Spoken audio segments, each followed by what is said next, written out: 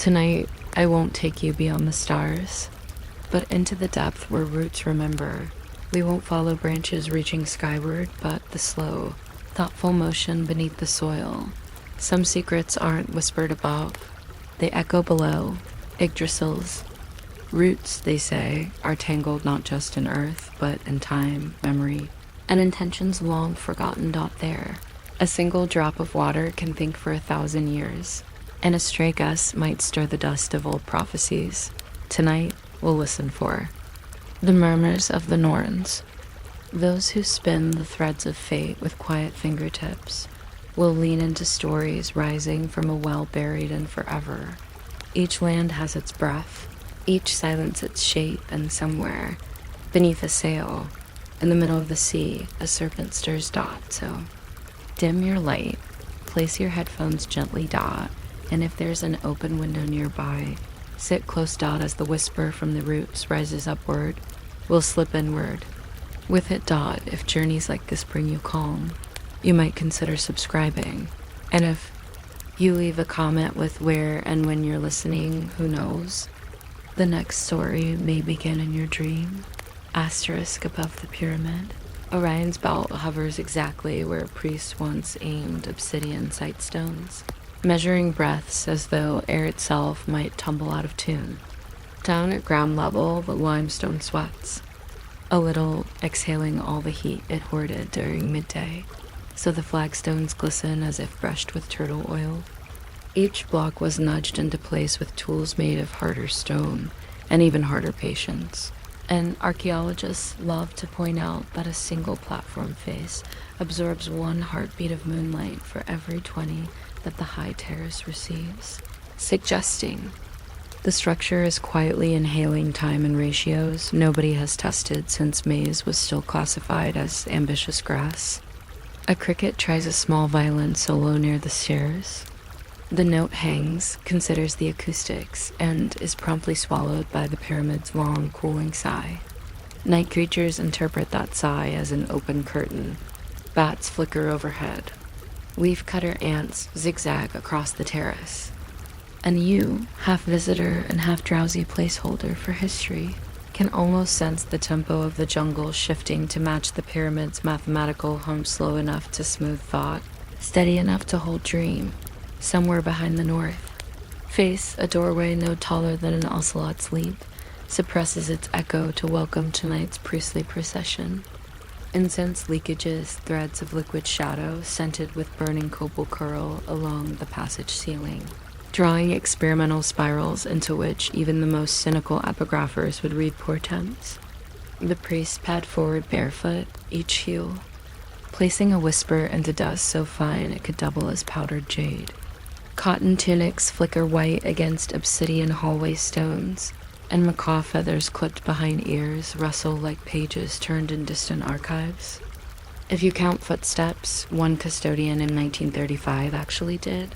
You land at 94 before the corridor opens again, though some versions of the annals hint the official total was 93, quietly adjusted so the last pace belongs to the God who walks unseen. Either way, somewhere between step 50 and 60, the air cools enough for every candle flame to show its skeletal blue outline. That, the priests believe, is where ordinary breath ends and celestial breath takes over. One apprentice nearly ruins the reverence by stifling a sneeze exactly, the kind of micro-hook that wakes the corners of your mind just as they begin to fold. But he recovers by tapping his conch shell pendant twice. The universal Maya sign for my apologies, spirit world, continue. And so they do.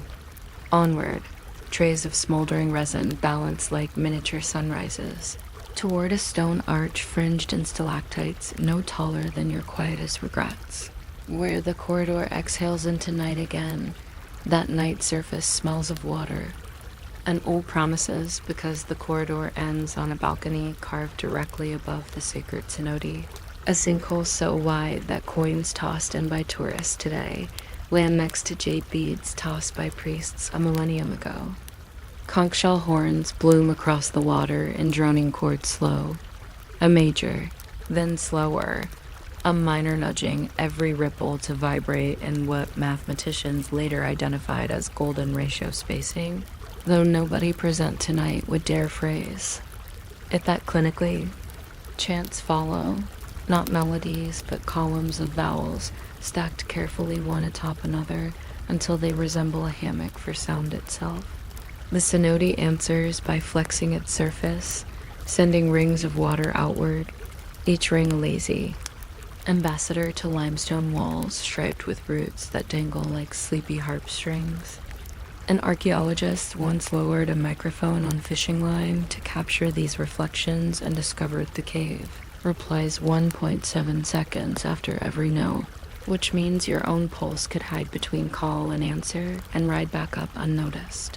That same researcher swore he recorded a jaguar growl layered beneath the final chant, though most colleagues suspect it was merely storm rumbling 4 valleys away. Either way, the story makes a convenient, very gentle punchline, the kind whose edges are sanded down for bedtime. Somewhere near the balcony rail, a priest tips a cup of Belch-fermented honey drink into the cenote as payment for borrowed resonance, and the liquid lands with hardly a splatter because water at that depth turns nearly gelatinous with self-importance.hours spool by unnoticed until obsidian sky begins to leak gray at its thinnest seams. Behind the pyramid, a choir of howler monkeys mutters warm-up exercises while macaws shuffle higher into ceiba branches, feathers creaking like ungreased weather vanes. Dawn tiptoes first across the jaguar platform, then the ball court stone, hoops gilding them in gold leaf so temporary that only creatures awake at this hour believe it existed. The pyramid, true to its astronomical vanity, waits until the sun breaches a specific twig on a specific sapodilla tree before revealing its full serpent shadow trick. Though tonight there is no equinox, so the show is a modest rehearsal. A slow sliding triangle that pretends to be Kukulkan descending but really just wants to stretch before the day begins. Priest robes, still smelling of resin and limestone sweat, catch peach-hued light, turning every wrinkle into a topographic map of hush. The last conch note evaporates upward. The cenote releases a sigh so faint that seismographs in Merida would classify it as maybe, probably nothing. And the pyramid's eastern face warms enough for stored dew to abandon grooves and fall onto. The plaza like tiny mirrored seeds. Archaeologists measuring those droplets once claimed they follow parabolic paths matching charcoal sketches left in an upper temple chamber-proof. They argue that the Maya studied water arcs for engineering. Inspiration. Or perhaps the priests merely enjoyed any phenomenon that curved elegantly toward the earth. Whatever their aim, each droplet's descent now echoes soft against moss, sinking with your own thoughts, falling gently toward sleep, because this is the hour. Chichén Itzá shrugs off ceremony and slips back into the administrative malaise of daylight market chatter, guide whistles, camera shutters. You may decide to stay behind in the cooling shadow, letting the real morning bustle fade just beyond hearing. In that narrowing hush, the pyramid steps transform again, no longer cosmic calendar or spirit ramp, but plain limestone stairs busy weathering into sand. If you lean close, you can hear capillary fractures widen 1 grain at a time cracks, so tiny that the gods themselves probably consider them affectionate wrinkles. Those microscopic snaps happen roughly once every 12 minutes per square meter, a figure so unmonumental it could lull even the most caffeinated tourist. Feathered shadows sweep overhead, then lift. Incense ghosts from the tunnel linger in. Patches, then thin. Chant impressions cling to slabs, then drift. And you, weightless among artifacts of hush, find all moments slowed to the cadence of limestone aging. Treasure that pace. No resolution arrives. No plot demands pivot-only stone unwinding its held breath. Priest footsteps fading into arithmetic, and a sunrise that finally agrees to keep its voice down. Exhale once more, perhaps at hummingbird wing beat tempo, and feel your own thoughts settle onto the pyramid's patient geometry. Let them rest there, grain by grain, until silence carries them deeper than cenote water, and sleep ever alert for open space slips in to claim them. You might not expect the quiet slosh of a canal walk after midnight to have shaped more 19th century legislation than all the parliamentary speeches on wheat tariffs combined. Yet for 3 damp decades, the Erie Canal's wooden chambers turned bureaucracy into bedtime music. If you're still awake when we drift past the first creaking gate, feel free to subscribe or leave the button floating like a half-tide barge. The lock tenders never hurried their paperwork, and the paperwork never hurried the water. Lantern-light glaze rests on every ripple, and the whiff of river mud mixes with coal smoke from a steamer idling somewhere upstream, the blend smelling vaguely of half-remembered homework. No wind tonight, so knots of gnats hover over the water. Gauges, tiny-winged accountants checking the numbers. Those gauges, mere whiteboards with inch marks, were once so debated that Albany clerks proposed a resolution on acceptable degrees of dampness for measuring staves, only to discover the ink ran whenever the staves were brought indoors. Somewhere in the dark, a muskrat plops off a stone ledge with bureaucratic precision splash. Wobble, repeat reminding anyone listening that the local fauna mastered hydraulic math long before humans wrote down a fraction. A lockkeeper named Ephraim S. Woodbine, his middle initial stood for nothing. He added it so his signet stamp wouldn't look lonely steps from his bunkhouse, and taps the intake valve with a birch rod.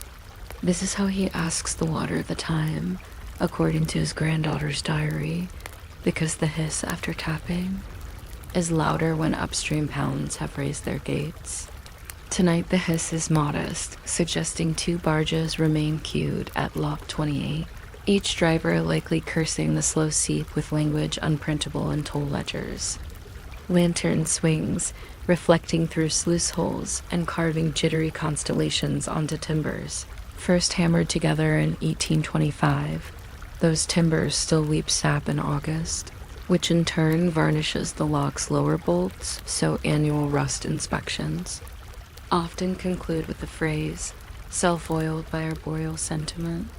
Ephraim flips his sandglass, an 8-minute model, distributed by the canal board, so every keeper would ponder nothing for exactly the same span, and settles onto a bench planed so smooth you could sharpen pencils by drawing them across it. In 8 minutes, the chamber will rise exactly 16 inches if nobody sneezes near the valves. Local lore claims a single sneeze can misalign the floating gate chain by a tooth, costing 3 seconds. The board, unable to legislate allergies, added allowable atmospheric interruptions to its timetables in 1839. Somewhere beyond the berm, an owl offers a soft hook of its own. One hoot, then another pitch low enough to resemble a bored bookkeeper saying approved. 8 minutes float by. The upper gate latch clicks, and a wedge of starlight pours across the surface like a misplaced receipt. A mule-drawn packet boat named Perseverance noses inside, canvas still damp with mist that will not burn off until breakfast. The captain murmurs, thinks that the delay was merciful. Ephraim nods, but secretly records the vessel's entry time down to the half-minute. Those half-minutes accumulate into quarterly reports, thick enough to warrant their own postal bags. So thick, in fact, that in 1847 the Postmaster General classified lock statistics as third-class curiosities rather than first-class documents, a downgrade that delighted postal clerks who thereafter stacked them under windows to block drafts. While the chamber levels, the mule walkers unfasten harnesses and let their animals sniff the grassy verge. One mule, unimaginatively named Clara, enjoys the ritual so thoroughly that she learned to count sluice clicks 3 clicks mean alfalfa. Nibble windows closing. Visitors wrote novels about skyscrapers later, but nobody ever immortalized Clara's arithmetic, which, faintly tragic, is why we record it now, just in case she's listening through the past. The barge ascends. The upper gate yawns, ropes coil. Hoofbeats resume their low metronome along the towpath. Ephraim resets his sandglass, this time tilted a whisper so it drains in 7 minutes 49 seconds, a micro-rebellion no inspector will detect. He knows the next barge, laden with gypsum, drafts deeper, and will need an extra finger of clearance. That finger, precisely 1 1/8 inches, became standard after the fateful sticking of 1833, when a lime sloop wedged itself so snug inside, Lock 17, that carpenters were summoned to shave planks while water still gurgled around their ankles. Newspaper cartoons showed a lockkeeper chiseling the hull like cheddar. Sales of chisels spiked briefly, presumably among readers who foresaw a future wedged in one crisis or another. Tonight offers no such drama. Instead, the gypsum boat glides. In, water murmurs upward, and bats swoop for moths swirling beneath the lantern, their wing beats soft enough to pass for fermented silence. Midwatch drifts into something gentler than boredom, and that is where history often hides its most indulgent. Footnotes. Consider the towpath mileposts, locust wood pillars every mile, painted black except for the carved mileage that remains bare, creating tiny numeric beacons for moonlight. A 1852 study found travelers averaged 6 more yawns per mile when reading. Those numbers allowed, or the fact that rope fibers shed from tow lines were swept each dawn, gathered, and shipped to a paper mill near Utica that specialized in canal-grade stationery, perfect for letters meant to travel only as far as the next county, or that lock tenders invented a whistle code too low, one high that meant coffee finished percolating, a signal which, when overheard by a journalist in 1881, was misreported as an alarm for sea serpents, leading to 3 weeks of speculative editorials and exactly 0 new serpents. These details, while useless, arrange themselves like down feathers within a pillow, cushioning the larger narratives until they feel dozy enough to share dot water finally levels for the gypsum barge. Gates part, chains clink, and Ephraim waves. His lantern in a slow figure 8 official farewell gesture number 4. When the tow line slack disappears into darkness, he shuts the lower wickets and lets silence flood the chamber. Beneath the surface, catfish browse along mossy steps carved into the lock wall for masons who never imagined fish would inherit them. Above, the owl repeats its earlier audit, signing off with a single hoot that seems to stamp balance achieved. On to the night ledger. Ephraim, satisfied, marks the hour in a ledger as well inked, freezing slightly at the nib, forcing him to worm it between palms, a gesture lockkeepers jokingly call the hand-forged pen. Officials proposed heated inkpots in 1860, but the measure failed when cost estimates revealed each pot required a coal lump precisely every 3 sandglass cycles. And someone calculated that over a decade the lumps would form a mound tall enough to block line of sight between locks 9 and 10.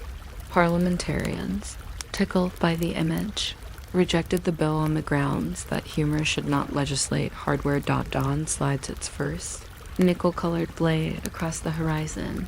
Fog clings to the canal but retreats from the towpath as though embarrassed by hoof prints. Mules yawn, mule yawns are surprisingly polite, just a hinge, a sigh, a reset, and the day crew approaches, boots crunching cinder, ready to relieve Ephraim and open another ledger. He hands over the birch rod, the sandglass, the ink chilled, to the consistency of thinking, and finally the key to the little shack where ropes are hung like drying sentences. The new shift will spend daylight measuring turbulence, counting barges, jotting minor harmonies of splash and squeak, but none of those figures will matter as much as what isn't written, the nightly rhythm of water negotiating with gravity. In half-inch increments, the way stone chambers remember every barge by how long the valves sang.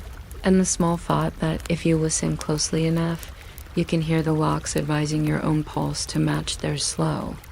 Even satisfied dot, so if you remain perched on the stone verge while canvas flaps and coffee steams somewhere behind you, let your eyelids mimic the gates, drift together in calculated stages, pause while thoughts equalize, then meet with just the softest thunk of final rest. Imagine your breath as canal water, rising a measured inch with each inhale, falling the same on each exhale, never rushing. Always aware there will be another barge, another ledger, another night. Locks do not worry, they only level. Let that certainty settle through you like silt, filling tiny gaps between questions until everything feels flat, calm, and ready for the long, gentle tug of sleep. You might not expect a loop of wire barely long enough to hug a business card to have dominated so many midnight conversations among patent clerks. Yet the humble paper clip, specifically the jam pattern curve that never quite forms a circle once, kept entire drafting rooms awake past lamplight curfew while they argued whether 78 or 80 degrees of inner bend made documents feel most at ease. If you find yourself still alert by the time we glide through the clip's first hesitant squeeze, feel free to subscribe or simply set the notion aside like an extra sheet that never quite made it into the stack. The early clerks misplaced. Far more urgent sheets and the sky never fell. Darkness folds around the Christiania workshop of Johann Wahler in 1899, and the only glow comes from an oil lamp whose chimney hums faintly like a cello warming a single pitch. Wahler, an inventor with a mustache so symmetrical it could qualify as trigonometry, winds nickel-silver wire around a dowel, then flattens the coil with a miniature hammer no bigger than a sigh. Each strike pings soft, but travels through the workbench into the floorboards, and finally into the bones of the building, as if telling them to straighten up, shoulders back, spine parallel, much as the clip hopes to tell its future comrades and correspondents. Legend insists he timed his hammer blows to his own breathing, 4 taps per inhale, 4 per exhale, because consistency quiets the mind and, in his words, gives paper one less excuse to flutter. The first scene drifts wider, away from Wahler, toward the Berlin patent office where his design travels by train inside a linen envelope thick with Norwegian stamps. In the records room, clerks unseal it with a knife whose handle smells faintly of caraway seeds from yesterday's sandwich, then copy the drawing onto onion skin duplicates that glow translucent under gas sconces. Someone new to the job mentions that a rival English clip called the Gem already holds market sway. Its double loop, resembling a lazy river that folds back on itself before emptying into bureaucracy. The senior clerk, pocket watch ticking 12 slow beats per minute, shrugs and files Wahler's application under improvements proposed. Viability uncertain, a category so large that a second cabinet must be requisitioned the following. Winter, that cabinet squeaks every time it opens, though the squeak is low enough to dovetail with the rhythmic hiss of radiators. Together, they form a lullaby of futility and optimism.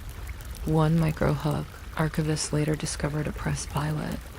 Between the application pages, likely fallen from a clerk's lapel. The petals left an imprint shaped uncannily like the modern clip outline, suggesting that accidents sometimes sign for history while intent waits its turn. By the time the new century yawns itself fully awake, the English gem clip floods stationery. Shops from London to Lahore, each box labeled both non-skid and gentle, a paradox that pleases customers who dislike fasteners with opinions. The wire measures .03 1 inches in diameter, though Birmingham rules allow half a hair of variance that inspectors test with anvil-sized micrometers, tightening the jaws so slowly the dial barely sighs. Too thick, and the clip leaves indelicate. Gouges, too thin, and the loop relaxes like a bored handshake. Debates over that diameter consumed 7 sessions of the Society of Arts Fastener Subcommittee, each session ending with the same vote: maintain status quo, adjourn for cake. Those minutes record that lemon cake improves consensus, a note so unnecessary that future typists underline it twice in red, which ironically requires more clips to secure addenda. A light CTA of the era appears on store counter cards. If this clip keeps your letters steady, perhaps let us study more ask for our half-gross. Shoppers rarely resisted half-gross offers because the phrase itself sounded like a polite dare. War arrives, and steel becomes rationed, prompting factories to coat clips in dull tin, giving them a pewter sheen reminiscent of moonlit gutters. Office workers complain the finish feels diet, yet they adapt, sliding the drab loops onto ration coupons and leave permits. In occupied Norway, the paper clip evolves into a pin worn on lapels as a silent protest. 2 interlaced wires. Suggesting unity, German authorities notice and ban the adornment, prompting a new wave of midnight speeches in safe houses where resistance sprinters talk about wire geometry and tones, usually reserved for lullabies. They learn the clip's inside curve can hold. A single-edge razor blade perfectly if bent just so, and the makeshift tool slices mimeograph stencils with whispering precision. Historians soberly note that among all field-crafted devices, the razor clip produced the quietest pages of the war pamphlets thin as dragonfly wings, fluttering down stairwells at dawn, while few were awake enough to read them aloud. When peace exhales, factories rechrome their output, and offices once again gleam with reflections of ceiling fans spun by coal turbines no clerk has ever seen. Secretaries develop an informal test, flick a clip across a wooden desktop. A well-tempered Jem sings a B flat if unburdened by papers, lower if gripping 3 sheets, and roughly an A when holding 5. This discovery leads to office quartets, 3 typists, and 1 accounts clerk, who spend lunch tuning clips instead of ukuleles. Their concerts witnessed mainly by potted ferns. A memo circulates suggesting such musicality boosts morale. Management files it without comment, but afternoon productivity numbers rise by a fractional percent, so the quartets tacitly earn tenure. One day, a janitor records the sound on a reel-to-reel tape, labeling it Stationary Serenade. Decades later, a sound artist samples the recording for an ambient track that some listeners swear deepens sleep cycles. Whether that claim is science or wishful slumber hardly matters as you notice your own heartbeat sinking to an imagined B-flat, strummed by silhouettes of wire. Scene 3 fades into fluorescent decades, the 1970s, 80s stacks of photocopies breeding like paper rabbits, clips doubling their burden until some spread into triangular shapes known as ideal fasteners. Though purists mutter that triangles lack the gem's philosophical roundness, office supply catalogs sprout adjectives: jumbo, giant, super no slip. Yet amid the bloat, gem remains default, still measured by the same 78-degree inner rebound that valor once hammered by hand. The International Organization for Standardization convenes to codify ISO 9999, bent wire clip, Type 1, and delegates spend 2 afternoons debating whether the tail end must tuck precisely 2.5 millimeters shy of the inner loop. They settle on plus or minus 0.3 millimeters, a tolerance roomy enough for manufacturing but snug enough for metaphor. Then adjourn to a hotel lounge where they clip their expense receipts in unanimous relief. That single binder full of clinking evidence still sits in Geneva. Archivists note the receipts have yellowed but remain aligned, testimony that boredom executed well can outlive the currency that paid for it. Night in the modern cubicle farm offers quieter soundscapes. Laser printers hum like distant cicadas. But after hours, even those pause, leaving only the faint magnetic chatter of hard drives backing up spreadsheets nobody will open twice. On one desk, a spilled jar of clips reflects the exit light, each loop catching a patient circle of red. A cleaning robot glides past, accidentally nudging one clip so it pirouettes, settles, and remarkably clasps the corner of a forgotten HR form. Sensors log the bump as trivial. Yet next morning, the manager marvels that an unsigned form found its own fastener office folklore instantly born. Micro hook, 3 desks over, a marketing intern begins collecting self-clipping clips. An archive that will never exceed 4 specimens, but nonetheless earns a modest internal newsletter feature, read mainly by those stalling before their second coffee. Finally, scene 4 drifts back home with you, perhaps to a kitchen table cluttered with mail older than intentions. Somewhere in that pile, a gem pattern clip has curled around 2 coupons that expired last week, their colors sun-bleached. Into calm neutrality, you slide the clip free. It still feels cooler than room temperature, always a heartbeat closer to the night air beyond the window. Flicks it gently and it springs back with the mild optimism of a door closer that refuses to slam. Listen as the wire faintly remembers every bend since 1899, every patent dispute, every lunch break sonata, every covert leaflet, every automated bump. Imagine those memories unspooling, rising like invisible steam, filling the room until thoughts thin and spread. Each loop of reminiscence closing just enough pages for the day. Breathe once, twice perhaps matching Baller's 4-beat rhythm. Inhale 2, 3, 4, exhale 2, 3, 4. As your eyelids gather courage to meet, picture millions of clips napping in desk drawers worldwide, none urgent, all patient, waiting to hold tomorrow's pages the way they held yesterday's lightly, firmly, uncomplaining. Let your mind follow their geometry. Outer loop guiding inward ride back out, then rest. A silent knot where nothing falls apart. Hold that shape in your drifting focus until awareness itself slips like a final sheet beneath the wire. Held just tight enough that dreams, when they arrive, will stay neatly stacked till morning. You might not expect the gap between 2 wooden slats on an ordinary park bench to have inspired more municipal memoranda than the placement of entire fountains. Yet for well over a century, engineers with unhurried pencils have measured that. Distance in millimeters, as if public tranquility itself depended on it. If you're somehow still awake when we shuffle past the bench's very first shaving of cedar, feel free to subscribe or simply rest the thought on the armrest and let it doze beside the pigeons. City clerks once postponed the slat debate for an entire season, and the pigeons still found somewhere to perch. Darkness has settled over Birkenhead Park in 1864, where carpenter Nathaniel Gudgeon trims 5 fresh planks beneath the weak glow of a coal oil lantern, whose soot halo looks like a sleepy eclipse.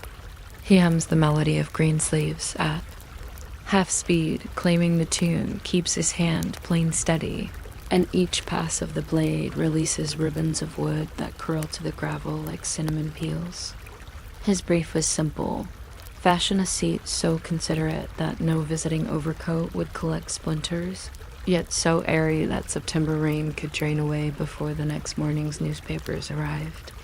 After 3 attempts, he decides on a clearance of 11 1/2 of an inch, the half being, in his words, where comfort exhales.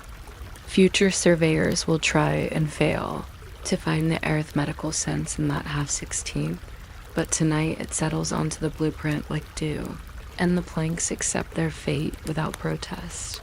The slats are installed on a wrought iron cradle, whose backrest leans 4 degrees more than the mayor's statue across the path, and a symmetry some say encourages deeper breaths.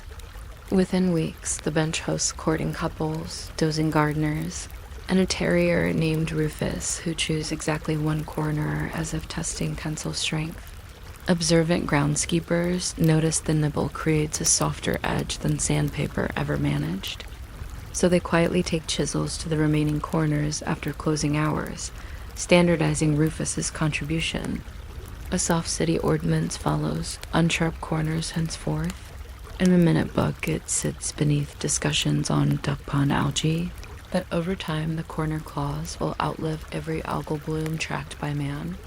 One microhook, a traveling botanist, resting after counting nettles, measures the gap between slats with a fern frond and notes that it matches precisely the average, stuck with botany and carpentry in comedic accord.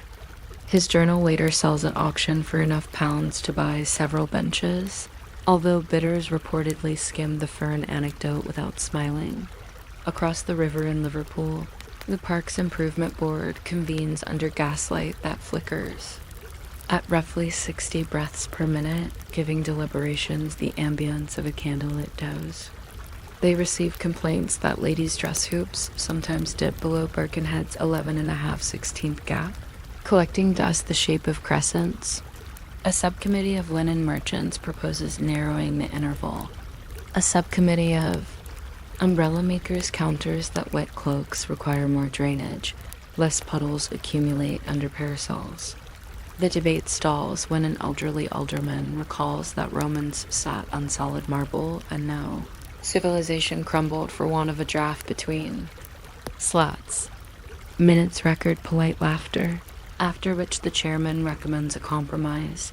Reduce clearance by a single barleycorn, barely a third of an inch. Nobody possesses a barleycorn in pocket for demonstration, so the clerk sketches one, labels it approximate, and the motion passes. Thus, benches manufactured after 1872 quietly tighten their gaps, a fact detectable only by trousers possessing excellent memory. Decades drift like swans across an ornamental lake. By 1910, the Industrial Trust of Sheffield sells prefabricated bench kits nationwide, each bundle including brass spacers meant to guarantee a uniform gap, exactly 27 millimeters. Metrication arrives with soft footsteps. Carpenters mutter but comply, lured by the promise that round numbers sedate the mind. Paint color becomes the next yawn-worthy battleground sage. Green hides mildew, yet lures aphids, while umber repels insects but absorbs too much July heat. A Leeds ordinance requires half and half. Sage on the backrest, umber on the seat. Rain falls, pigments mingle. Benches age into patchy portraits of compromise. One soft punchline lands in 1923 when a visiting American tourist measures the now blurred slat gap with a cigarette paper. He reports it as 2 smokes wide, a unit so unscientific that Sheffield newspapers reprinted on page 5 beside ferret racing schedules. Still, the remark drifts into Parks folklore. Children challenge one another to slide a ruled program through the space. Losers must recite multiplication tables until lulled by their own monotony. The Second World. War requisitions wrought iron for munitions. So benches emerge in concrete, their slats recast as ridges molded directly into the seat. Spacers vanish. Gaps become troughs, comfort plummets. Yet citizens, weary of sirens, still sit finding the hard curves oddly grounding. Engineers discover shrapnel misses curved surfaces more often than flat, a detail celebrated quietly in technical bulletins circulated between tea breaks. After the war, steel returns, and slat science enjoys a renaissance.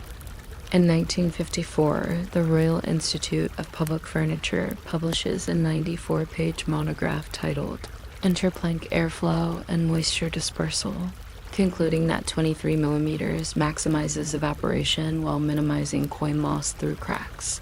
The conclusion breeds new tooling, new catalogs, and a short-lived publicity poster featuring happy raindrops escaping into nothingness.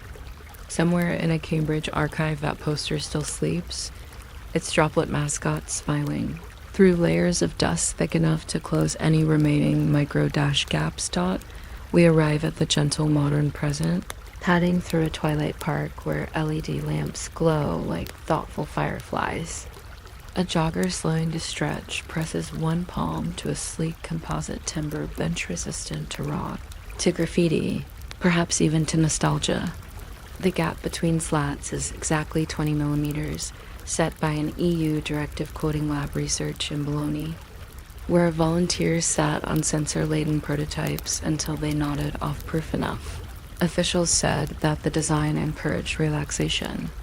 QR codes etched into the armrest let visitors report comfort levels. Most submissions default to the pre-selected satisfactory, and the database fills with digital shrugs. Yet the bench remains patient. It will absorb tomorrow's gossip, next month's drizzle, next decade's lichen. Tonight, though, it hosts only you, the crickets, and perhaps the faint memory of Nathaniel Gudgeon's quarter-inch of generosity. Run a fingertip along the slat, you'll feel that modest void, where two boards decline to meet. Picture it stretching through time, 11.5/16 shrinking to 23 millimeters, then 20, each revision a sigh rather than a shout.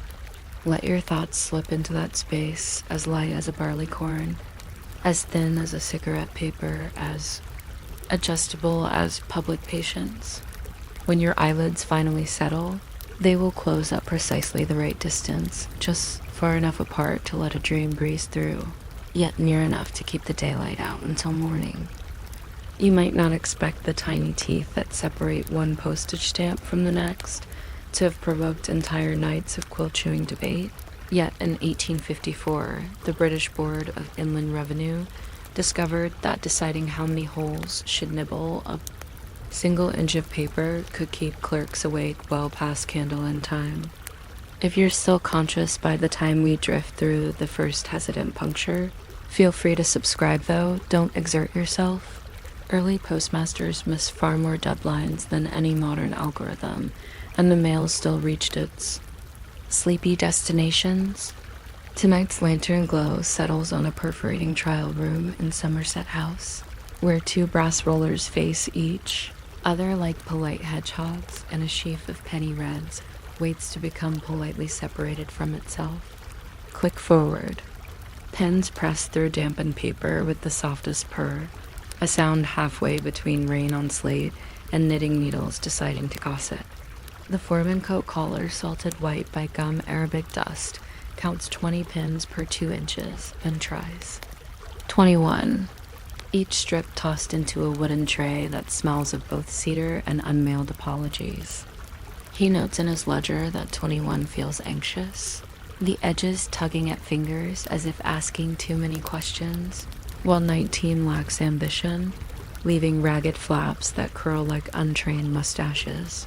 So he writes a steady 20 perf, suggestion, and slips the sheet beneath, a blotter already swollen with suggestions that may never meet sunlight dot across London at the General Post Office.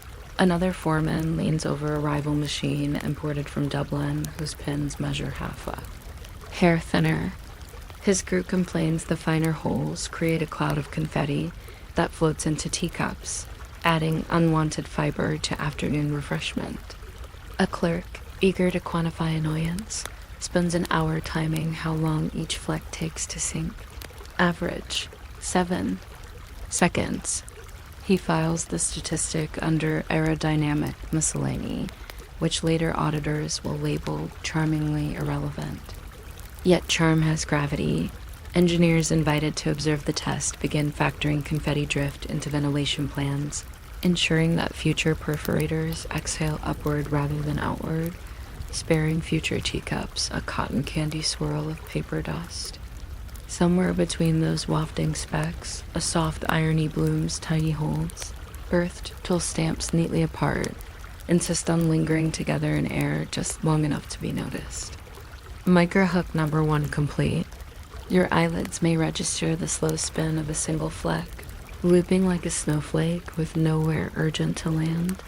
The first comparative trials move to Manchester, where humidity differs, ink composition shifts, and factory whistles punctuate the silence every 43 minutes. Here, 22 perforations per 2 inches emerge as a tentative darling. The edges tear with a sigh rather than a gasp, an acoustic nuance the regional superintendent describes as administratively soothing. Stationers, however, fret. That finer pens bend faster, making replacement orders as monotonous as Tuesday drizzle. Their worry migrates into ledgers whose columns, when read aloud, sound like lullaby verses. Pens received, pens blunted, pens rehomed, pens retired. One warehouseman slips a single pen into his breast pocket each shift, later stringing them into a necklace he swears wards off nightmares. Historians, finding the talisman years later, measure the curve of each tooth and discover incremental thickening not documented elsewhere. They add this to footnotes as evidence that boredom occasionally innovates in secret by 1860. The House of Commons summons a brief hearing on perforation uniformity, which garners precisely 6 members. One dozes behind a blotter, woken. Only when the sergeant-at-arms drops a folded chart. The engineer presenting arguments speaks in a voice as level as shelf. Paper. Fewer holes risk hangnails of paper clinging between stamps, while excess holes waste steel and invite misalignment. His recommendation, 14 holes per inch exactly, 28 per 2-strike, a golden corridor between thrift and neatness. The committee, half lulled by the phrase golden corridor, votes yes without amendment, then adjourns for seed cake and conversation about rail timetables. A light CTA of the era appears moments later in an internal circular. If perforation proves reasonable, kindly remit your observations in due course or whenever the tea trolley permits. Most observations arrive weeks late, heavy on anecdote and light on measurement. Still, the circulars pile high enough to compress themselves into unofficial consensus. Across the Atlantic, however, American engravers favor an audacious 12-hole. Gage arguing that thicker paper stock renders finer perforation superfluous. Printer Henry Lowenberg even patents a stroke purse machine that punctures a full sheet at once, its iron jaws thumping like a cardiac drum. Early morning crews along Canal Street learn to time their yawns to the rhythm. Open mouth as the jaws rise, exhale as they descend, close just before the echo settles. Reports circulate that employees sleeping near the press develop dreams where holes march in single file across cornfields. Psychologists, short on clients, publish hurried essays linking monotonous punctures to subconscious harvest rituals. The essays find no readership beyond lecture halls, drafty enough to keep even Freudians awake, but the dreams remain a favorite lunch hour anecdote, told softly so supervisors mistake laughter for hiccups. Back in Britain, the story settles into 4 repetitive beats, detail the gauge, expand testing, inject dry humor, return to the master ledger. By 1875, the 14-hole standard obtains its imperial stamp. The Scotland petitions for a winter exemption, claiming colder pulp fibers tear differently. The board replies with a table listing fiber tensile strength at incremental degrees Fahrenheit, a masterpiece of sleep-inducing prose. Tucked in the margin, a clerk doodles a cat in spectacles reading the very chart, unaware his whimsy will become the most reproduced image in philatelic newsletters half a century later. Microhook number 2, one newsletter editor confesses that subscribers report nodding off faster when the cat appears on page 3 rather than page 7. No scientific study follows. The editorial board simply obliges. Page 3 it stays. World wars arrive, metals ration again, and pin steel grows brittle. Emergency gauges drop to 11.5 per inch, giving stamps a serrated grin more suited to field. Letters smudged with trench mud. Soldiers peel them off ration envelopes with gloves stiff from frost, remarking that whiter teeth feel friendlier when fingers lose sensitivity. Postal historians later count these rough-jawed stamps among the comfort issues, their imperfection and accidental kindness. After armistice, the peacetime return to 14 holes seems almost luxurious. Women in sorting offices tap the edges against oak desks just to hear the daintier whisper, compared to wartime's gritty rip. Somewhere near Stoke-on-Trent, an acoustic. Engineer records both sounds, wide tier and fine tier, and splices them into an experimental lullaby for infants of factory workers. Tests prove inconclusive, but copies of the shellac disc survive in attics, making future record collectors blink at labels reading Phonograph No. 7 Sleepy Philately. Digital franking edges into relevance. Adhesive switch from gum to pressure sensitive. Layers, the classic terrible stamp begins its slow fade. Yet even self-stick panes mimic heritage gauges with decorative nibs printed, not punched, a ghost of serration to calm eyes that grew up trusting holes to guide their detachment. Designers sneak microtext inside these faux gaps postcodes. Poems, sometimes jokes so small only microscopes chuckle. One Canadian issue hides the line, remove slowly, life is fragile. A directive found by two collectors who promptly write 17-page articles about existential postal theory. If you stumble upon such a pain late at night, peel one label at glacier pace. Feel the adhesive surrender with a sigh as soft as its perforated ancestors, then file it away, knowing even simulated teeth can nibble wakefulness down to crumbs. Now you sit, perhaps at a desk whose lamp pools gold onto a final envelope waiting for tomorrow's post. From a faded booklet you free a stamp, noticing the precision of its edges, 14 dimples per inch, reliable as tide charts. Your breath. Align subconsciously with the spacing. Inhale across 3 holes. Exhale across 3 more. Pause at the corner where design once met a pen. The paper's edge brushes your fingertip with a whisper of resistance, like soft cloth slipping through sleep's half-open door.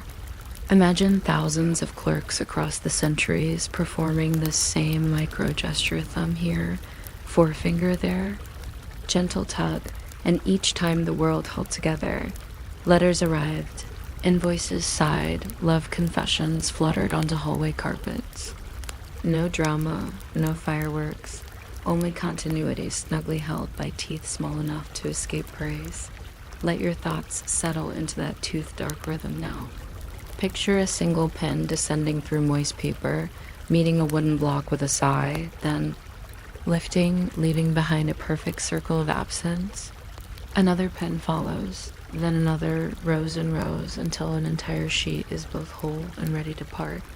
Your mind may echo that gentle subtraction. Hole by hole, it punctures daylight noise, letting silence breathe between tasks. Soon the sheet is finished. So, too, your waking sentences. Fold them carefully, slip them beneath the calmer pages of sleep, and permit the night to tear them free along those unhurried perforations into quiet. You might not expect the exact volume of a single teaspoon, officially 5 cubic centimeters. Give or take a shy droplet to have pinned so many drowsy clerks to their desks. Yet between 1878 and 1960, this seemingly innocent spoon served as the fulcrum of more committees, memos, and midnight side glances at cooling kettles than most wars mustered proclamations. If you're still awake by the time we reach the spoon's first timid splash into a measuring beaker, feel free to subscribe. Though do not trouble your thumb. Most Victorian housekeepers managed entire lifetimes without pressing any buttons. Harder than a bell pull, and civilization survived their restraint. Our night begins in the tiled basement laboratory of the Royal Society of Public Weights, where an accountant-turned-chemist named Franklin Oglethorpe peers at a tray of 29 teaspoons borrowed from boarding houses stretching London to Lowestoft. Gaslight trembles, painting the bowls of each utensil with bumper reflections. An Oglethorpe whose spectacles always list 3-degree starboard records every capacity, 4.2 milliliters, 4.8, 5.3, then an errant 6.1 that startles him. Into a soft huff, he taps the too generous spoon against a marble slab, counting the drips as they fall back into the standard flask. 1, 2, pause, a final reluctant third. 2.5 drams excessive, he mutters, as though reprimanding a dog for overwagging its tail. On hearing this, his assistant jots dram, with such curling script that the meme resembles a hammock, perhaps forecasting the drowsy fate of anyone who reads these minutes aloud. Oglethorpe's figures travel by courier to the Ministry of Food Hygiene, where a sub-branch labeled Domestic Measures, Minor, greets them with stifled yawns. Their job tonight is to decide if the Empire can, at last, trust a spoonful of cough syrup to deliver identical comfort in Cambridge and Calcutta. One clerk argues that smaller spoons curb waste. Another counters that generous spoons placate children faster, thereby saving parental nerves and economy of feeling seldom charted but keenly felt. Minutes note both points, then wander into arithmetic. How many spoonfuls build a tablespoon? How many tablespoons complete a gill? How many gills topple into a pint before worry returns? By the third hour, they have drawn a ladder of liquid steps from droplet to gallon, each rung labeled in cursive so careful it resembles meadow fences glimpsed at dusk. They decide half from logic, half from fatigue, that 5 milliliters. Feels as inherently truthful as a lullaby's last note, a quantity neither stingy nor showy, merely familiar. A light CTA arrives the next afternoon in a circular. If your teaspoon differs materially from 5 milliliters, kindly inform the Bureau once the kettle cools. Replies dribble in for months, scented faintly of Earl Grey, most concluding that teacup saucers catch more variance than spoons ever hold. While London mulls milliliters, the Americans flirt with slightly larger measures, preferring one fluid. Dram to 3.7 milliliters for patent medicine labels printed in type shrill enough to jolt any bedtime story. Apothecaries complain that British spoons underdose paregoric. British chemists reply that American spoons risk turning dreams syrupy. To test the disparity, a joint committee convenes aboard the RMS Baltic Mid-Atlantic, balancing glass vials on linen napkins between lurches. There, under the low hum of piston engines, they pour alternate teaspoonfuls of mint cordial into calibrated droppers, discovering the difference tastes mostly of paperwork. Still, they agree to disagree with cordial civility. Britain will chase. 5 milliliters, America 4.9, and passengers resume naps as foghorn sighs soothe the gaps. One micro-hook. A purser observing the ritual begins selling souvenir spoons etched 4.9 ml-ish. Collectors in Philadelphia still treasure the mischief. Back home, manufacturers scramble. Sheffield silversmiths retool dies so bowls hold. Exactly 1.06 liquid drams, stamping STD5cc, under handles already bristling with hallmarks. Across the channel, French makers produce Quillers, the elegant taper, claiming surface tension compensates for fractionally smaller cavities.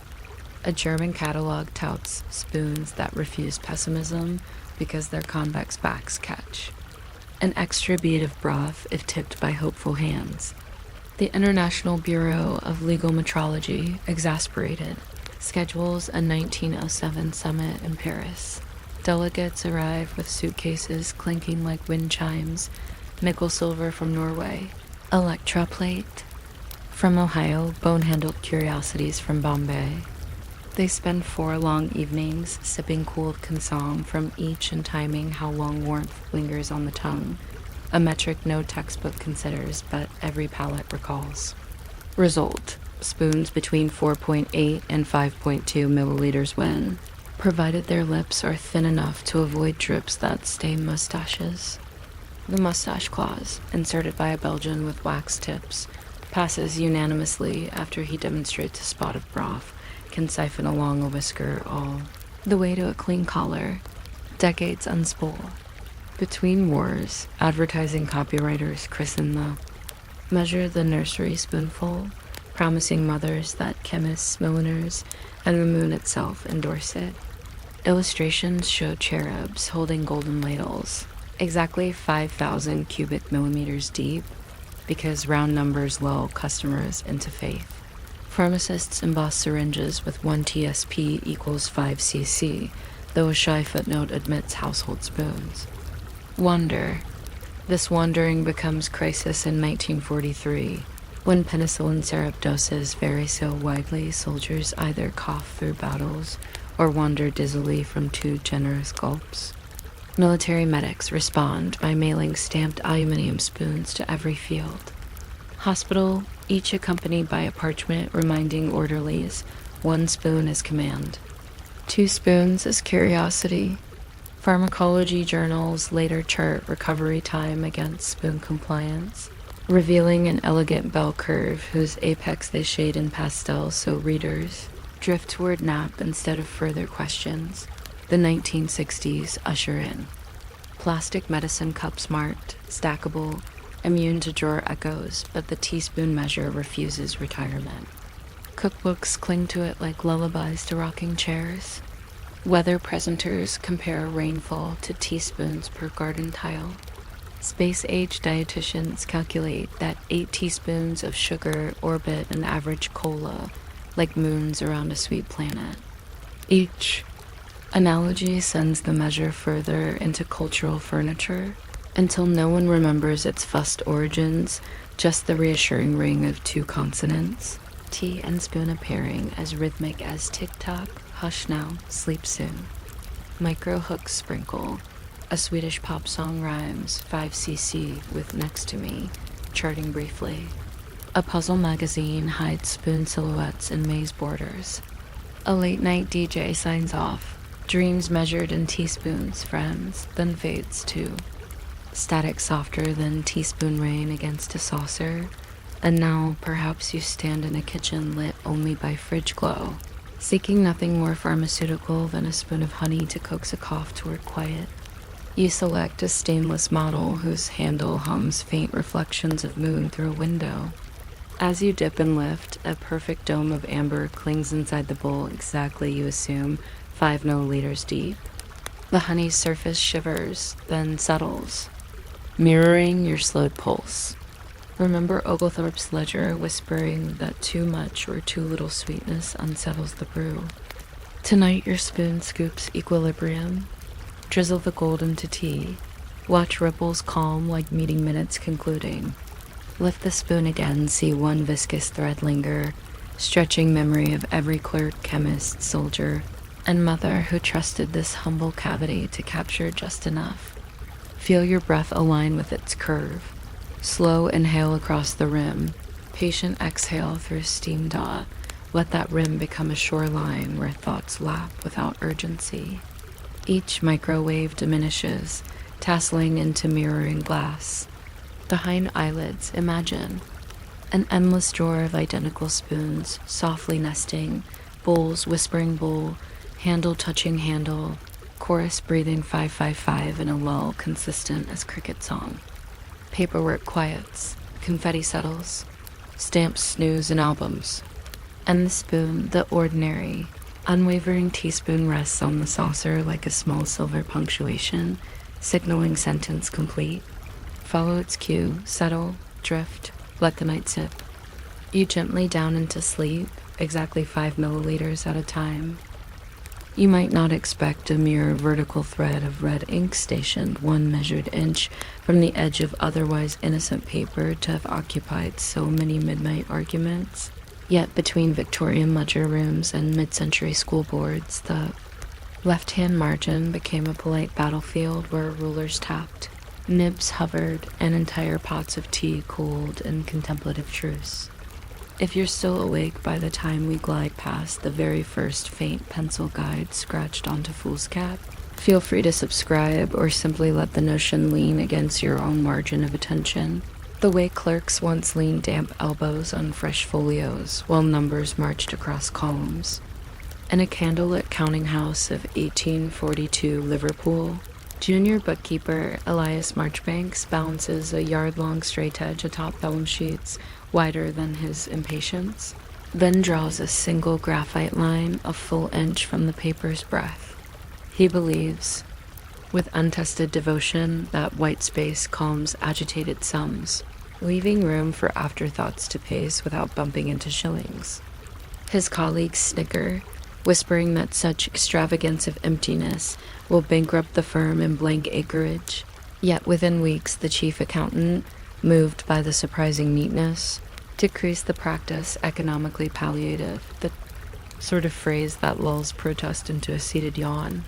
Soon neighboring offices borrow the habit, each redrafting the distance. 3/4 here, 7/8 there, a whole inch for those who worship symmetry.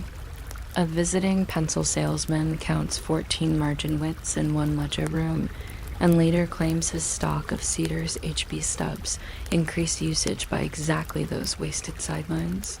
Proof positive that even neglect can buoy commerce. Across the channel, French stationers observe the craze and decide to mechanize the void. At a humming plant in Angoulême, steel ruling wheels dip into aniline dye the color of faded cranberries, spinning over ivory sheets at the pace of a well-fed snail. Each disc pleats a straight stripe 25 millimeters from the edge metric, tidiness slipping beneath imperial noses with a wink. Operators measure with calipers so finicky they warm them in apron pockets, lest cold metal shrink the reading.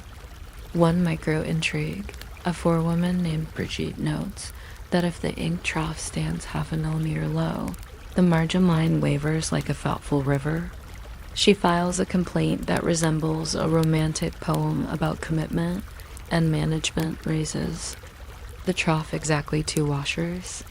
Meanwhile, British importers sniff at metric margins, arguing pupils will stumble over fractions if abandoned by inches. Yet shipments sell out, for the red band glows invitingly under gas lamps, promising room for secrets and sums alike. Educators, sensing free order, draft a questionnaire. What span shelters annotation without tempting essayists to stray? Responses trickle in scented of pipe smoke and chalk dust. The average, after statisticians smooth eccentricities, lands on 1 inch near enough to foil argument. A circular goes forth, in the interest of uniform scholastic serenity. Adopt a left margin no less than 7/8 and no more than 1 1/8 inches. Most teachers comply, ticking boxes with restful satisfaction. Students oblivious, doodleship masks in the candied column of emptiness. The third quiet wave arrives with blue horizontal rulings, spaced either wide or college, depending on whether shoulders sag beneath cursive drills. In Ohio, 1911, the Standard Rolled Paper Company convenes a lunchtime symposium over egg salad, sandwiches to weigh whether the red margin should advance or retreat when line pitch tightens. An engineer slides mock-ups across a lacquered table. Marketing counters that children trust familiar borders the way sparrows trust branch diameter. After 45 minutes, the group votes to leave the red sentinel untouched, generating press. Releases that frame consistency as kindness. That same year, a single-minded professor at Teachers College Columbia tests note-taking efficiency by clocking how long pupils' eyes spend scanning margin comments. His stopwatch results averaging 2 blinks per inch enter footnotes so dull they eventually lull even peer reviewers. Yet the data travels, whisper carried through conferences, until textbook printers adopt a universal gutter of white along both inner and outer flanks. Less binding shadows swallow wisdom. In Chicago, a librarian measures returned workbooks and discovers that margin scribbles absorb more graphite than main text. She names the phenomenon edge drift and recommends darker erasers. The report rests in archives unread, but the phrase survives in crossword puzzle clueless, lightly bimsing solvers decades later. Finally, the era of laser-ruled copy paper lands with the sigh of trays lifting in fluorescent copy rooms. Machines. Spit reams whose crimson border sits digitally certain. Exactly 25.4 millimeters. Not a dot more adventurous. Office managers preach the margin's virtue in meetings that end before coffee cools. Typists thank the gap for sparing typed word from punctual cannibalism. Even email clients mimic the habit, padding left edges with ghost pixels so paragraphs breathe. Yet anomalies linger, scrap notepads sliced from offcuts, boast margins nibbling all the way to 7/16. Bullet journal hobbyists shift the line inward to cradle sticker art. Programmers draft code in monospaced fonts that shun pigment lines entirely, trusting indentation to supply invisible margins of thought.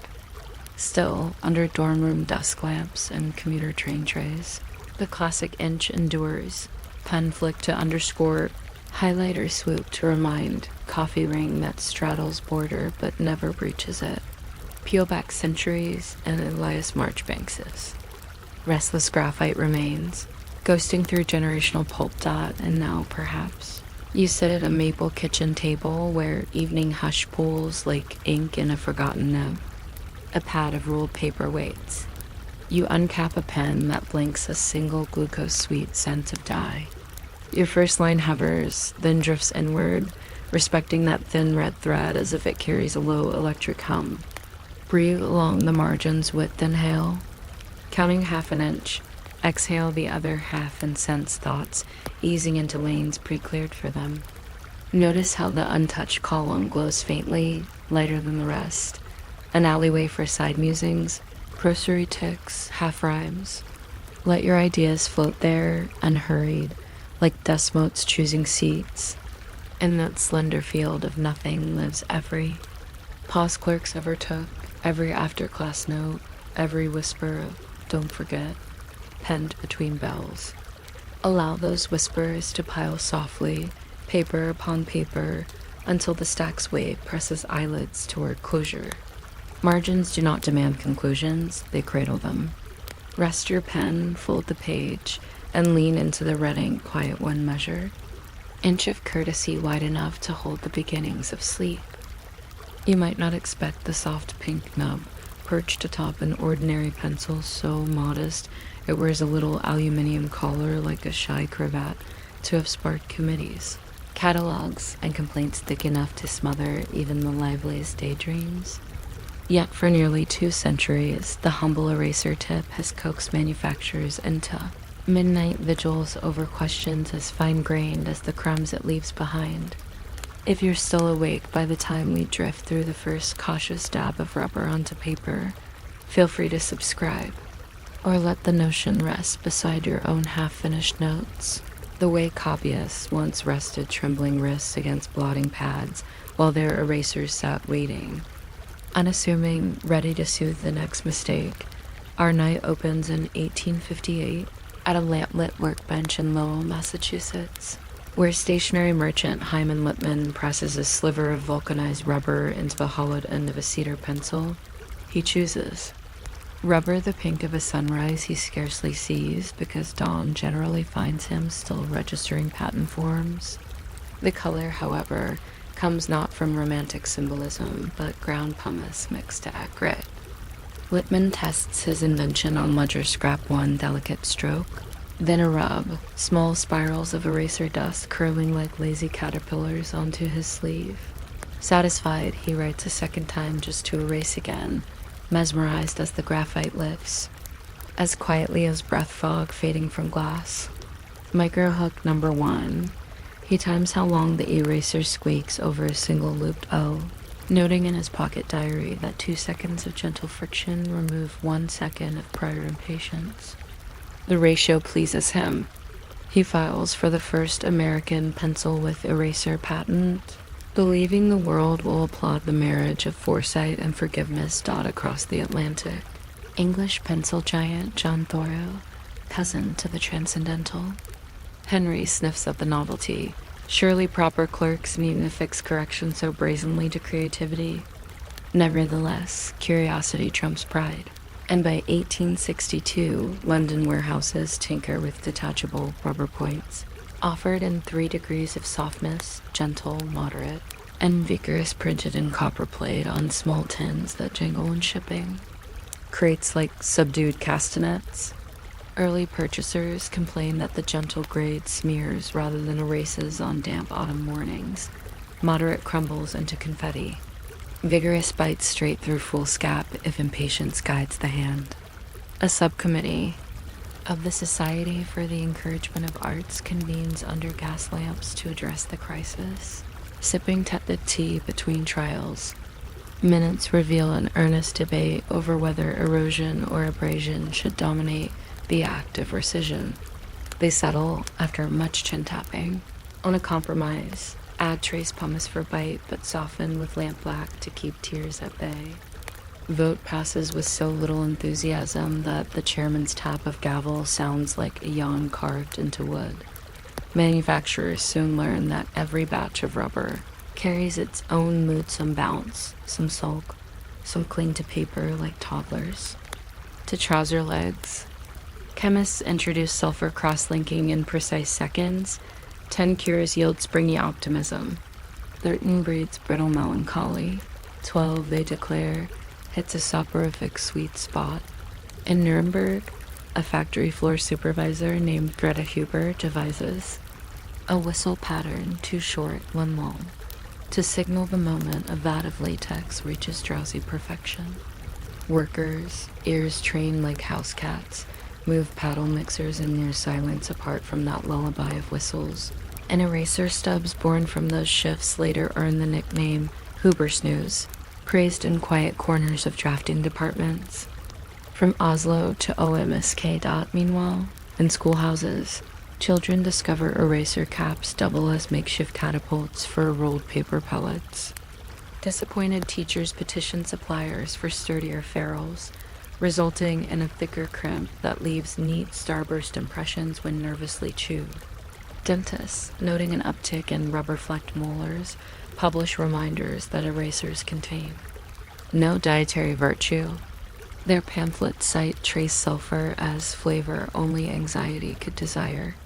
Yet the nibbling persists. One dental student records 37 distinct toothprint patterns embedded in eraser heads during finals week alone. His findings, though clinically useless, circulate among stationery enthusiasts who begin rating pencils by chew resilience, a metric that sells surprisingly well. World War I nudges rubber supply toward military tires, forcing pencil makers to dilute eraser plugs with synthetic fillers, clay, chalk, even minuscule cork granules that pop like breakfast cereal under pressure.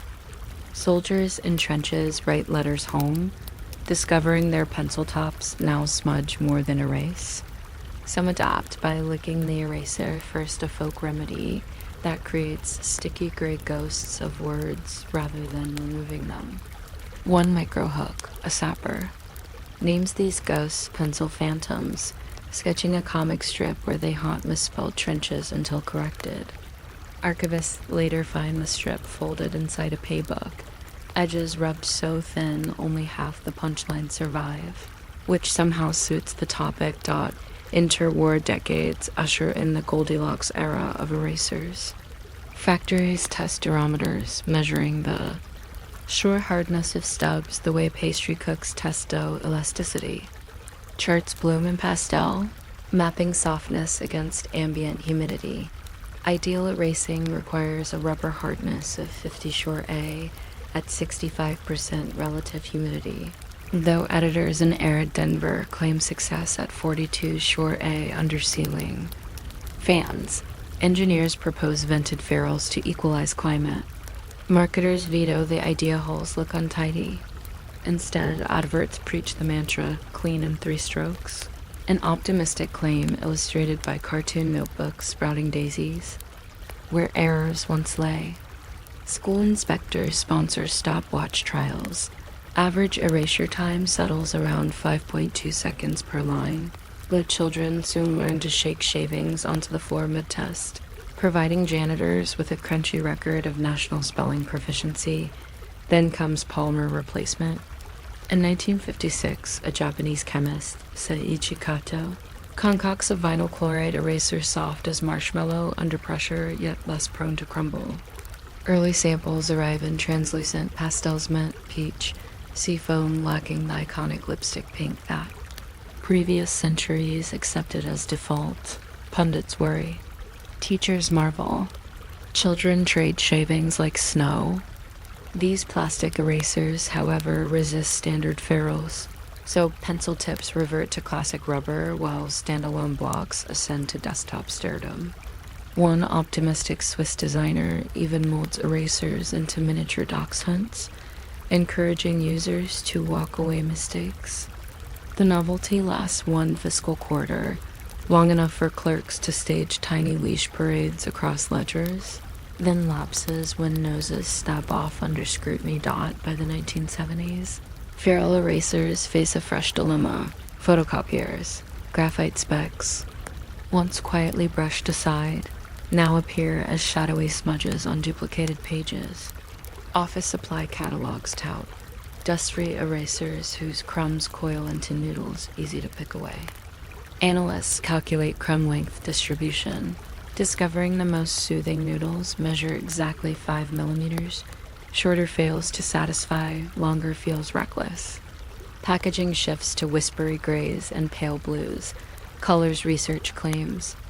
Lower pulse rate at point of purchase. An industry joke emerges. If customers fall asleep between aisles, the eraser succeeded too soon. And so we reach your desk tonight, perhaps dimly lit by a lamp whose bulb hums like distant cicadas. A mechanical pencil rests nearby, its eraser cap pristine, waiting for twilight typos. You scribble a line, frown, hover the pink tip, and press. Feel the cedar barrel steady under thumb, the rubber yielding in micro ripples, graphite lifting, as fine dust that scatters into still air before settling like confetti-closed drawers never reveal. Listen for the faint hush half squeak, half sigh that centuries of chemists tune to just below conversation volume. Notice how 3 gentle strokes suffice. A vestige of chalkboard days nods approval. Blow the crumbs away, a tiny breath of conclusion, and absorb the quiet that follows space where a misstep once stood, but no longer lingers. Imagine every erased mark of history drifted, weightless into a shared dark, ledgers balanced, poems revised, love letters rewritten until blushes sharpened, battle maps redrawn before dawn. Those shavings join in slow orbit around collective memory, turning like low-hanging snowflakes in dream backlit corridors. Your single corrected phrase now floats among them, a particle of clean slate, easing the page toward silence. Let that silence enlarge. Inhale through your nose, count 3 perforated crumbs. Exhale through your mouth, smoothing them to the floor. Feel eyelids sliding down like ferrules, crimping rubber, a gentle press holding softness in place until morning light asks you to draft again. The mistakes of the day sit erased, shapeless, harmless. You may follow them, drifting into the pale hush where errors evaporate and only blank potential waits, warm as cedar, soft as eraser dust, ready to cradle sleep. You might not expect a small rectangle of cardstock with a rounded notch at the top, just stiff enough to hang on a brass knob, to have kept generations of hoteliers whisper arguing past midnight. Yet the familiar do not disturb sign has inspired more memos, mock-ups, and murmured field tests than most grand lobbies receive compliments. If you're still awake by the time we wander through the sign's very first sleepy sway on a Victorian corridor, feel free to subscribe though, perhaps. Do so as gently as setting one of these placards against the door. Early housemaids managed careers, pressing nothing harder than neatly folded towels, and the guest rooms still found their tidy silences. Our drift begins in 1879 at London's Langham Hotel, where manager Julius Winterbottom confronts a delicate crisis. Guests of a scholarly bent insist on uninterrupted mornings, yet chambermaids, governed by bell-driven timetables, keep rapping at unwelcome hours. Winterbottom, an optimist armed mostly with fountain pens, inks a stack of ivory cards reading "Occupy desist" in dignified copperplate. Holes punched by hat pin create a crude hanging loop, and the cards dangle from knobs like shy, calling cards that outstayed the party. Early feedback proves contradictory. One colonel enjoys the novelty so much he requests extras as bookmarks. Another patron grumbles the card flutters off every time a draft slips under the door. Winterbottom notes both in the daily log, then adds the first of many tiny revisions. A crescent slit to hug the neck of the knob more faithfully. A gesture subtle most guests never notice, but every maid applauds by morning dot by 1906 the idea. Crosses the Atlantic, docking at New York's Plaza, where printers embolden the wording to "do not disturb rest in progress," believing Americans admire verbs in uniform. They change the card's hue to hotel-crested burgundy, not for aesthetics, though it matches upholstery, but because porters complain the pale Langham ivory disappears against white doors. One micro-hook a bellboy testing prototypes discovers. The darker dye smudges gloves, producing faint maroon fingerprints on polished brass. Glove replacements surge until management switches to aniline ink that clings to fibers yet spares gloves. A victory recorded in a footnote few consult. Soon. Rival hotels copy the burgundy, but tweak copy to dodge plagiarism. Quiet. Please, peace requested, nap underway. A traveling salesman collects 27 variants, strings them like playing cards on twine, and displays them during bar anecdotes about the length of his afternoon siestas. The 1920s usher in the first true design debate, whole versus slot. Grand hotels in Paris argue the whole, once slipped over the knob, resists corridor gusts. Chicago modernists counter that the sideways slot, shaped like a question mark missing its dot, allows a quick wrist flick important, they say, for guests balancing hat boxes and optimism. Committees tally seconds, average whole hang time 2 1/2, slot a brisk 1 3/4. The slot prevails, though French hoteliers mutter that speed cheapens repose. Posters proclaim slide for silence, an accidental alliteration that lodges in memory like elevator music. Yet the slot begets its own problem too generous, and the sign twirls into unreadable pirouettes. Too tight and cardboard phrase. Designers settle on a 3/4-inch throat after nights of shuffling cutouts. Along brass knobs until weariness yields consensus. World War II interrupts refinement. Hotels ration cardstock, salvaging cereal cartons whose ghost logos faintly haunt the printed decree. Soldiers on furlough tuck keepsakes inside kit bags. One sign mailed home reads, "Please bombardier asleep," a soft plea and harsh. Times. Post-war prosperity revitalizes the hangar's palette. Miami Beach opts for aqua, Rome for Tuscan terracotta, Tokyo for chrysanthemum yellow. Printers impregnate pulp with insect repellent, hoping to deter corridor moths that nibble corners. Into reluctant confetti. Meanwhile, a Swedish engineer patents a reversible card. Crimson commands, stir EJ. Ivory invites stiffening tack, saving housekeepers the trouble of deciphering scrawled requests. Sales boom until hoteliers realize guests flip the cards too enthusiastically, confusing schedules. One Copenhagen maid returns with a tray 13 times in 90 minutes, chasing a sign that swings mood like a weather vane. The engineer revises his patent, colors now muted, moss and cloud, apparently discouraging fidget turns by 37%. Through the 1960s, copywriters discover humor sells slumber. Vegas resorts print, "Unless you're delivering champagne, kindly vanish," while a rural end chooses knock only if fireworks, flood, or free coffee. Surveys reveal whimsical phrasing earns higher souvenir theft rates. Management shrugs. Ordering surplus. Micro hook number 2. A professor of semiotics calculates that signs exceeding 9 words delay comprehension by 1 heartbeat, ironically prolonging corridor noise. His chart of word counts versus decibel spikes appears in Hospitality Quarterly beside a recipe for brandied figs. Nobody tries dot, then comes plastics. Polyethylene door hangers, thin as hope yet stubborn against moisture, roll-off presses in 1974. At a Holiday Inn beta test in Peoria, night staff note the hangar's slap doors audibly when Habi kicks on, startling light sleepers. They punch a tiny stabilizer hole near the bottom, calming the flap. That perforation 3 mm wide spawns global imitations, though some hotels enlarge it to 5 for unknown reasons, spawning a cottage hobby of collecting variant diameters. The Silence Catalog lists 142 by decade's end. Meanwhile, ergonomists fuss over type. Serif fonts exude classical hush. Sans serif whispers modern minimalism. After a week of OB trials, guests sleep no differently. Designers sigh, choose whichever complements wallpaper, and draft invoices. Digital. Locks briefly threaten obsolescence.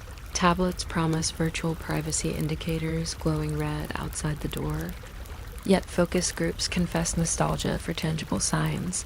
The soft sway says occupied more kindly than LEDs. Hotels compromise, installing both. Some guests double lock by tapping digital do not disturb, then adding the paper hanger, a belt and braces of repose. One widow chain prints. Yes, I also press the button on their physical signs, earning chuckles and a modest bump in social media mentions, a metric few storytellers find lulling, but we note for completeness. Tonight, perhaps you stand in a hotel hallway lit by sconces dim as sleepy eyelids. Your chosen door awaits. From inside the room drifts the faint hum of aircon tuned to cricket song volume. You peruse the hanger provided, soft taupe cardstock, slot cut graceful as a resting comma, message embossed in quietly persuasive type. Kindly let dreams continue. You slip it over the handle, feeling cardboard fibers catch, then settle. The sign hangs, absorbing corridor hush, declaring nothing more radical than a pause. Step back, watch it sway once, twice, then still. Imagine every placard before it ivory cards, burgundy slots, cereal box improvisations dangling in a gentle archive of human wish for a little more peace. Breathe in the paper's faint scenting. Starch, the ghost of a printing press afternoon. Exhale any lingering bustle. Behind the door a bed waits, sheets tucked to the angle recommended by housekeeping conferences long past. The hanger stands sentinel. Maids will pass, footsteps muffled, carts rolling like distant surf, reading your polite edict and moving on. Your thoughts may do likewise. Pause at the threshold, note the message, proceed elsewhere. Should they attempt encore Knoxless worries, tomorrow's checkout time. Let the card's measured authority guide them down the hall. In this borrowed stillness, corridor schedules yield to your timetable of yawn and drift. Somewhere, far off, a night auditor reviews occupancy, marking numbers in neat columns, unaware their piece is secured by countless little rectangles swaying quietly on brass. Let that notion rock you. Collective hush engineered by die-cut slots, by ink densities, by the millimeter nibble of a bottom stabilizer hole. No drama here, only cardboard persuading silence. Turn the latch, dim the light, and feel your own. Eyelids adopt the hanger's calm sway, closing gently, declaring rest in progress. Errors can wait like polite housekeepers. Ambitions can tidy themselves tomorrow. For now, the sign stands firm. Do not disturb, kindly vanish. Follow its command. Inward, where dreams check in and corridors fade, until morning flips the card and daylight housekeeping glides in on tiptoe. You might not expect a faint rectangle of date ink pressed into the inside flap of a borrowed library book to have summoned more quiet counsels than the plot of any volume it guards. Yet for over 100 years, librarians have fussed about the precise hue, spacing, and even psychological comfort of those softly ticking return stamps. If you're still awake when we glide past the very first tentative thump of a handheld dater onto rag paper, feel free to subscribe or don't.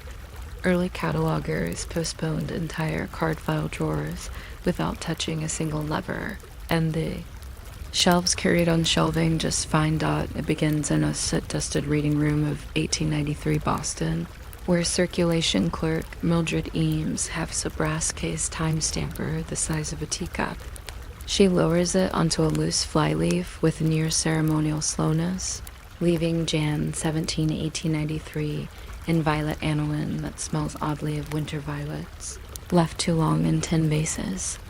One faint flourish of ink creeps beyond the metal frame, intriguing Mildred enough to jot a margin note. Ink migrates when breath held.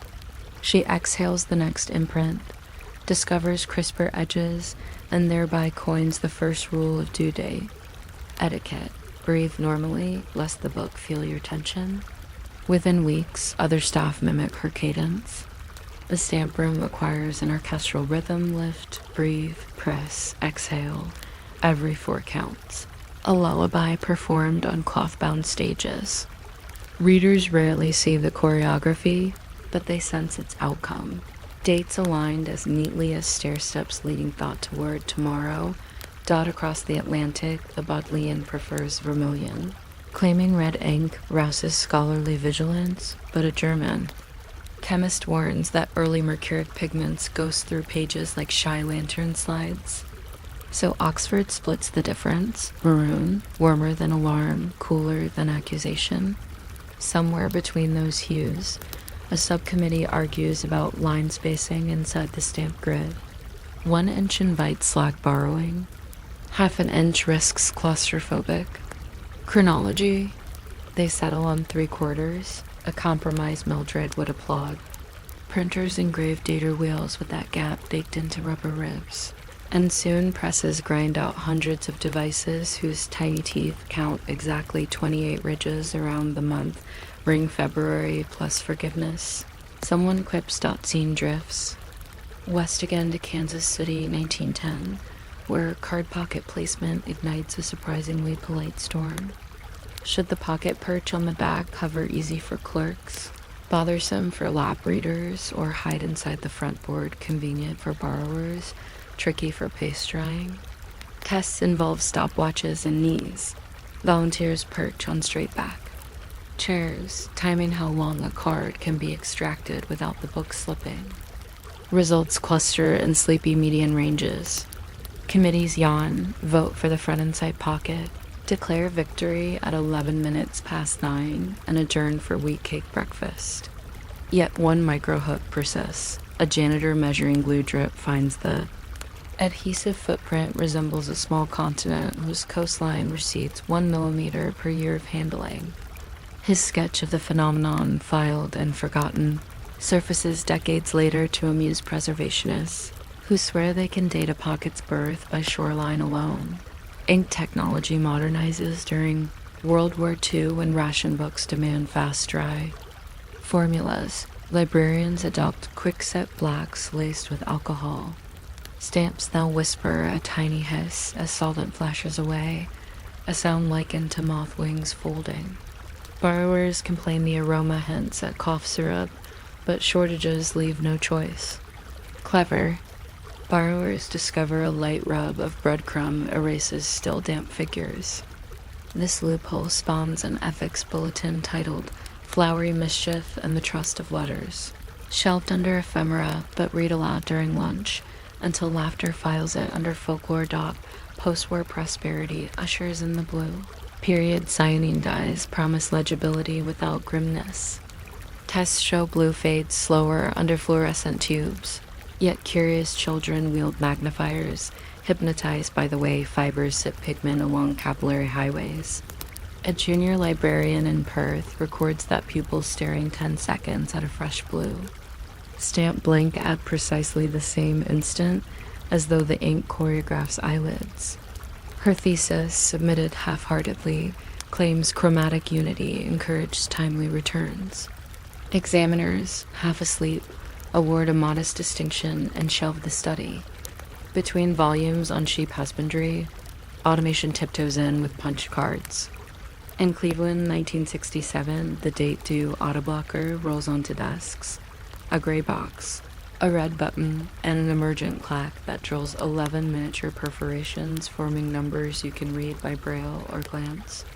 Patrons complain the clack startles. Their reverie, engineers add a felt pad, reducing volume to a dignified thump. Cards now show dates as tiny chads barely hanging, like procrastination's about to drop. Custodians sweep more paper flecks than ever. One calculates that annual chad snowfall equals 3 modest drifts, enough to bury an upright guinea pig. He publishes the figure in the staff newsletter, ensuring nobody forgets February's cleaning schedule, the 1980s dim corridors with computer screens. Thermal receipts spit charcoal gray dates impermanent, heat sensitive, and utterly unwilling to lull. Librarians nostalgically revive hand stamps for Children's Hour, branding picture books with cheerful green adventures, return before. Nap time, ink suppliers retool colors into sherbet pastels. Mint earns rave whispers for matching silence, peach for softening overdue guilt. Seriously late borrowers discover peach fades to dawn white after 8 sunlit weeks. Fines escalate, but plates of biscuits at the payment desk keep tempers cooled. Tonight you sit perhaps at a dining table stack of borrowed book spines muttering cooperative creaks. Flip a cover. Inside your eye finds the stamp. Neat mellow. Lavender, last Tuesday's promise. It rests inside its little ruled box, companion to earlier dates marching back years, sometimes decades. Each impression leaning the tiniest fraction left like slow dominoes of sleepy calendar leaves. Follow. That parade backward ink shades, easing from lavender to sky, to cyan, to ghost violet, to nearly vanished maroon near the hinge. Here beyond imagination, every breath Mildred ever took while lifting her stamper, every whispered hiss of quick-set black, every dignified thunk of auto-blockers patting their consciences. Under fingertips, the paper feels cooler it's stamped. Zones, as though each date borrowed a sliver of night and saved it for you. Breathe with the pattern inhale across one blank space. Exhale across another. When stray worries tap at your mind circulation desk, picture the librarian sliding the due date slip silently into its pocket, closing the cover with a hush like chalk settling. Worries defer, shelves sigh. In that hush, ink dries to velvety. Calm fiber glues remember their shorelines, and chads of unpunched tomorrow float harmless beyond reach. Let lids lower gently, cataloging this evening under returned on time, filed between quiet hours and dreams large print edition. The lights of the reading room dim, the clock hands yawn toward closing, and the library of your waking thoughts puts up its little sign. Checked in. You might not expect a black steel triangle smaller than a matchbox. Its chrome wings folded like patient origami to have convened so many evening conferences among stationary engineers. Yet the quiet binder clip has kept auditors awake with. Calipers, designers murmuring about torque ratios, and typists counting thumbprints on polished levers for well over 8 decades. If you're still awake when we drift past the first shy pinch of tempered steel onto a stack of invoices, feel free to subscribe or let the idea linger, balanced like that very clip, poised, motionless, holding everything together without insistence. The story begins in 1910 at a drafting table in Washington, D.C., where court stenographer Louis Boutsley grows tired of ribbon string and straight pins skewering his shorthand pages. He heats a slender strip of spring steel in the family's laundry stove, bends it about a wooden dowel, and adds 2 wire levers scavenged from umbrella ribs. The prototype bites 20 pages with the gentle authority of a librarian's hush. Boutsley notes, perhaps yawning, that the clip's tension equals a sparrow's grip on fence wire, enough to endure a breeze, not enough to bruise the perch. His patent sketches depict neat triangles shaded with pencils so soft the graphite glimmers like evening pond water. An examiner, charmed, approves the design before lunch, unwittingly birthing a dynasty of stifled rustles. Boutsley's binder migrates first to legal offices, where clerks alternate praise of its grasp, with complaints of lever slippage. A Philadelphia mill obliges by knurling the silver handles, etching minute ridges that catch skin like whispers catch ears. One microhook, a junior partner, compares the new grip to the tread on beetle legs under magnification, prompting a lunchtime expedition with pocket lenses and surprised insects. Meanwhile, manufacturing tolerances wobble spring steel fired. At 900 degrees Fahrenheit snaps too eagerly. 850 leaves a lax clamp. Supervisors stand watch over glowing belts, counting 7 Mississippis before quenching. A late-night strike of the coolant bell sounds uncannily like bedtime. Chimes across the factory floor. Workers swear their own heartbeats slow to match the hiss of steam, and production charts reveal fewer defects on shifts where the bell rings with lullaby regularity. Somewhere an accountant correlates bell cadence with overtime pastry consumption, but the report, dusted with sugar, sticks closed and is never reopened. By 1936, the clip gains national adoption, and so sprouts its first sibling sizes: tiny, medium, and stout. Packaging boasts the stout model, embraces 120 sheets, a phrase critics deem indecorous but secretly reassuring. Engineers at the ASDO laboratory stage clamp offs in a room, lined with sound-dampening felt. Stacks of paper shiver under descending jaws, while tension gauges tick like lazy metronomes. Findings: optimal handle span for adult thumbs is precisely 33 millimeters. Narrower pinches induce improper leverage. Wider require awkward elbows. This metric, though exhaustively footnoted, enters folklore when a marketing leaflet condenses it to comfortable wingspan, as if the clip were a bird deciding migration routes. During one particularly sleepy trial, a technician discovers the steel triangle, absent handles, whistles softly when flicked a note pitched somewhere. Between apology and secret, management explores branding line, a clip so quiet it sings, but abandons the slogan when nobody can describe the tune without conflicting metaphors. Warriors repurpose steel, and binder clips emerge in drab phosphate gray, their once glossy. Paint sacrificed to ration. Soldiers file dispatches, fastening maps with clips that now taste faintly of gun oil.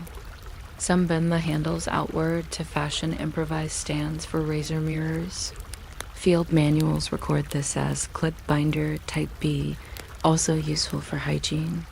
After peace returns, civilian desks glow again with enamel blacks and occasional pastel blues intended to calm post-war nerves. In 1954, a Chicago study measures grip fatigue, repeated squeezing of medium clips. More than 50 times leads to thumb reddening, comparable to peeling 10 oranges. The remedy? Add a subtle outward flare 3 degrees to the levers. Toolmakers adjust molds. Thousands of an inch become bedtime stories told to new apprentices. Mind the flare or the world will bruise. Sales rise, accompanied by a curious decline in office band-aid requisitions, though this correlation hides inside procurement ledgers and will amuse data scientists half a century later. The 1960s shift color. Again, psychedelic packs appear. 50 clips in sherbet hues that promise creativity through chroma. Advert copy claims lavender boosts memo clarity, mint fosters punctual staples, coral prevents misplaced receipts, no evidence offered. Graphic designers adore them. Accountants prefer black, citing reduced distraction. A middle manager conducts an internal study. He sorts teams by clip color and measures invoice turnaround. Results graph as a sleepy plateau. Nothing changes but the rainbow in supply closets. Yet anecdote persists. One auditor swears turquoise holds budgets longer. She keeps a single specimen atop her monitor until retirement, whereupon HR frames it in shadow box labeled fiscal serenity. Meanwhile, miniaturization arrives. Japanese stationer Muji introduces a clip petite enough to secure movie tickets inside diaries without bulging pages. Engineers shave still thickness by too human. Hairs then coat with matte ceramic that resists handbag scratches. Student poets adopt them to bundle index cards of metaphors. University libraries find them nesting between catalog dividers like quiet punctuation marks. A librarian notes these mini clips survive drops better than paper clips, coining the term gravity-proof bookmarking. No peer review needed experience suffices. Digital era threatens paper, yet printer rooms hum louder than prophecy suggests. Clips now mingle with USB cables on desks. Some clamp snack bags, others reign in charger coils. A Swedish ergonomist measures the clip's mouth pressure after 1 million. Open-close cycles still strong enough to pinch a cereal packet shut. Manufacturers stamp lifetime guarantees shorter than most warranties on pillowcases, knowing their spring triangles often outlive tenancy leases. Micro Hook. In 2011, a Dublin cafe displays 20 binder clips as ceiling art, each suspending a tea light jar.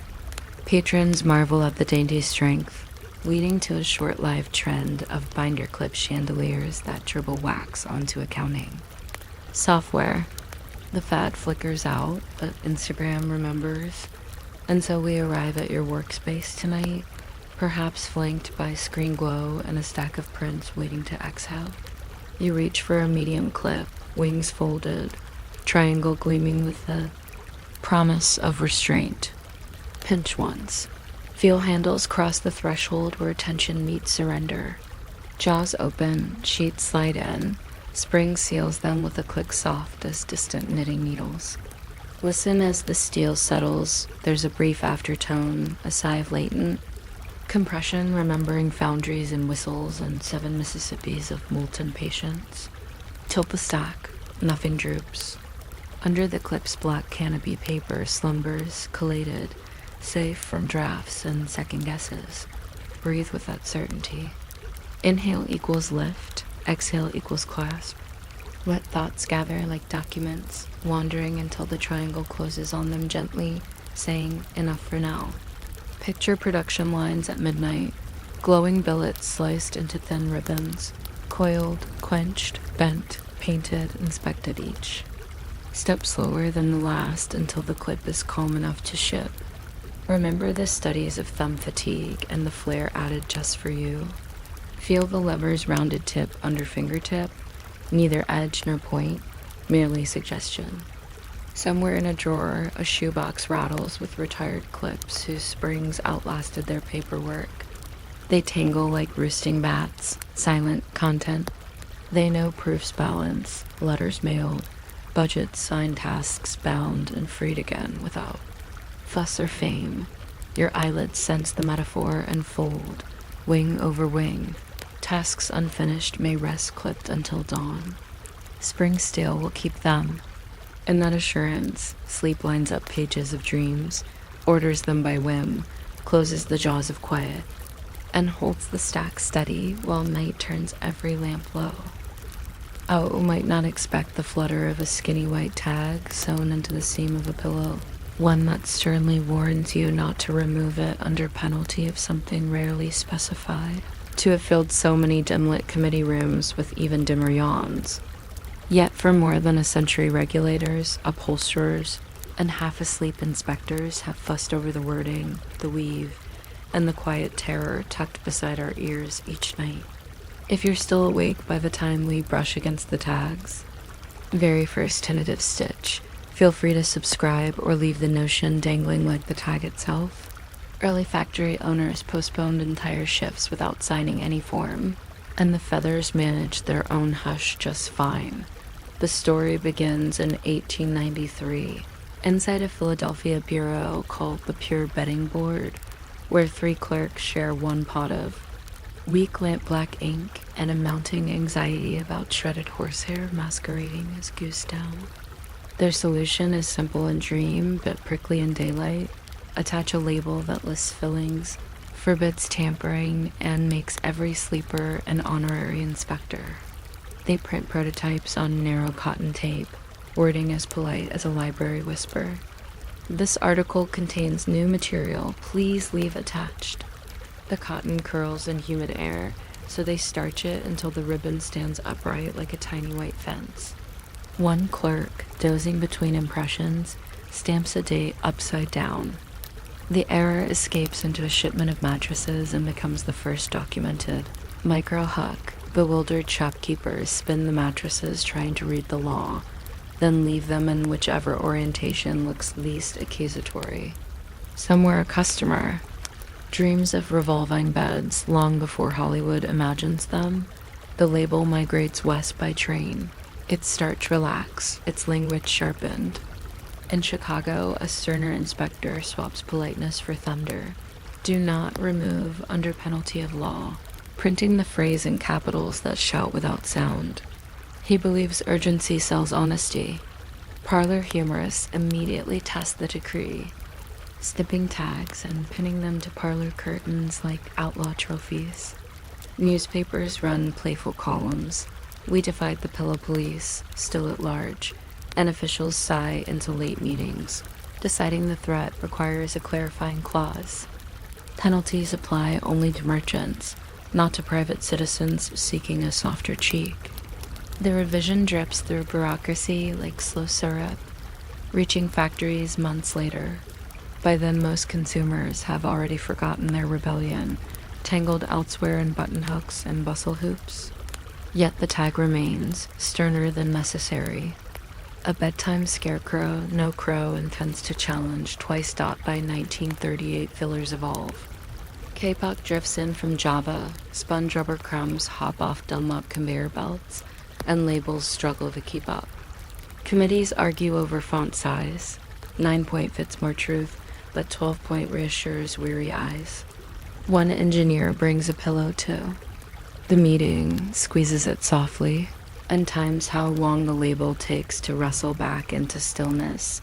Exactly 4 seconds at 9.3 at 12.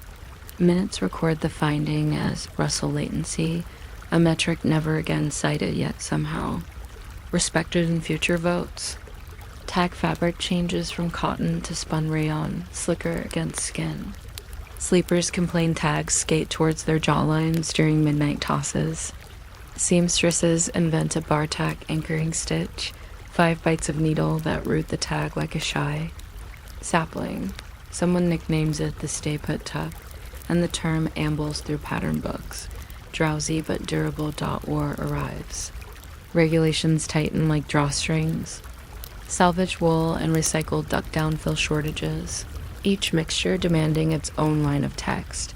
Recovered material, sanitized residue, phrases as restful as creaking floorboards. Labels grow taller, sprouting subclauses in parentheses, until they resemble miniature parchments practicing well while you sleep. Printers reduce margins, discovering that ink near the tape edge wicks into pillow ticking, creating faint halos that inspectors consider sloppy but harmless. One micro hook emerges when a naval supplier orders life raft cushions. Tags must survive. Salt spray and read legible at dawn. They switch to indelible purple dye. Sailors later recall that even in darkness the tag flashed a pale violet omen. Like moonlit lilac clinging to canvas-piece returns, plastics bloom, and with them polyester. Fiber feel lighter than a gossip, cheaper than a lullaby. Marketers coin brand names ending in loft, each requiring trademark symbols that nudge the label another syllable downward. Typographers propose condensed fonts. Readability studies conclude sleepers rarely read anything after brushing. Teeth, rendering legibility moot. Yet the law lingers and tags lengthen. By 1972, the average pillow carries a label equal in area to a playing card and weight to a sigh. Children discover they make serviceable bookmarks. Librarians find stray tags fluttering from chapter 10 of adventure stories. A quiet reminder that not all heroism involves swords. Sometimes it involves compliance. Modern chemistry adds flame retardants. New clauses appear. This product meets flammability standard 16 CFR 1632. The numbers march like tin soldiers. Dreams barely notice. Manufacturers print on ultra-soft microfiber tape to reduce cheekage, but the ink beads and smears. Trials swap to thermal transfer, ribbon smooth, silent, faint scent of warmed resin. One sleepy engineer times the transfer. Head, 0.8 seconds per tag, hum pitched exactly B-flat. She whistles along, inadvertently standardizing the plant's pace. When she's promoted, the line still hums in tune, a lullaby hidden inside automation dot, and so we arrive at your pillow. Tonight, freshly fluffed, case turned cool side up. Move your fingers to the seam. Feel the tag's presence, stiff yet yielding, a tiny guardian reciting its legal lullabies. It might declare 100% polyester fibers. It might caution, do not remove except by consumer. It might bear a batch code whispering of far-off looms, sunlit loading docks, and the hush that settles when cartons finally close. Slide the tag beneath the pillow so fabric meets skin instead of ordnance. Listen, cloth brushes cotton in a hush older than your first bedtime. Imagine every clerk, inspector, and seamstress whose quiet choices stitched safety and symmetry under your head. Breathe once, reading line 1 in the dark mind's eye. Breathe again, watch letters fade behind eyelids. Behind those letters march earlier editions, cotton ribbons, maroon ink, Bartek stitches, each retired to attics with cedar chests and slumbering quilts.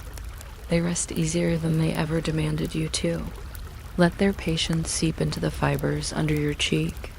If stray thoughts clamor, remind them the tag still stands watch, promising penalties to any disturbance bold enough to tug at seams. Thoughts obey, quiet swells, the room dims further. Somewhere a washing machine finishes its spin with a sigh. Somewhere else, a clerk files tomorrow's inspection memo already outdated by slumber. None of it penetrates. Only the stitched rectangle lingers, unread yet understood, murmuring the simplest ordinance. Remain, stay soft, invite no trouble. Abide, says the tag, and you do, folding into its legal hush, carrying nothing into sleep but the pleasant knowledge that sometimes the law itself commands nothing more strenuous than absolute, undisturbed rest.